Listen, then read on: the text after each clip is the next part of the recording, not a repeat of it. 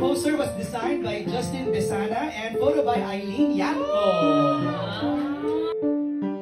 Narito ang kilig moments ng Kim Pao sa interview ng Media Junket para sa What's Wrong with Secretary Kim, ang kanilang upcoming na drama series. Crush is paghanga.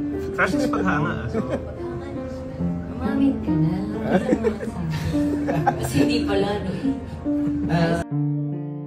Umami na ang Kim Pao na naging crush nila ang isa't isa.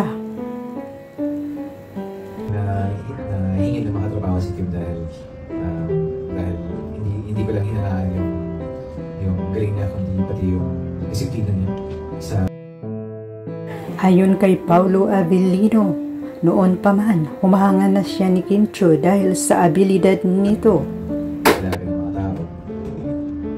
Tapos, kasi tagal na, hinahaan ko naman si Kim ever since. Parang yung energy niya, nawala. Ayon kay Kim Chiu, syempre, humahanga din siya sa kanyang love team ni si Paulo Avellino, sabay ang tawa.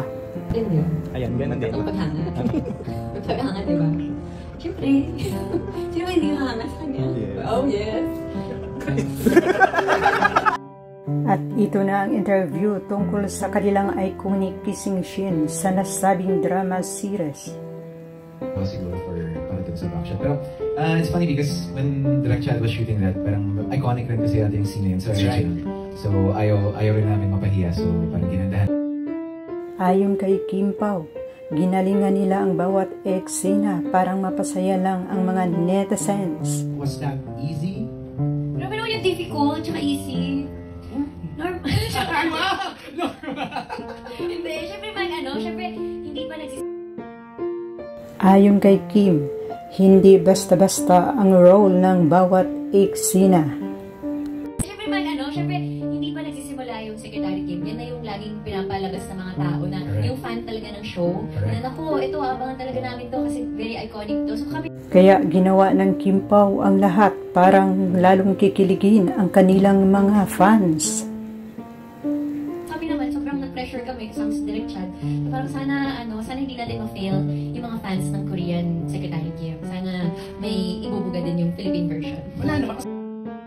Dagdag pa ni Kim, sobrang pressure ang Kim Pao sa kanilang ginagawa sa bawat eksena sa drama series na ito. Meron pa daw. Meron pa daw. Siya na po yun. Babangan natin yan. Okay, saan kayo pinaka-proud sa series na to?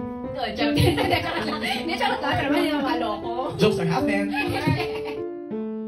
At proud naman ang Kim Pao sa kanilang ginagawa at ang lahat ng mga kasamahan pati na ay kanilang director. Yes.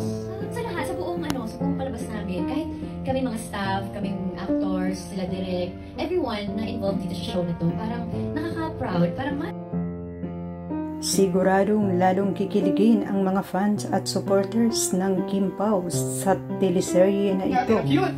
Naalala ko yung shinag namin. Gusto ko yung mga moving paper. Gumagalaw yung mga papers habang still yung bago. Kenny? wow. Nakakatuwa at nakakaaliw ang sweetness ng Kim Pao. Kakaiba po, kaya sana abangan din nila yung TV premiere. Parang ikaw naman yung boss ko dyan. Hindi ba? Alright, there you have it.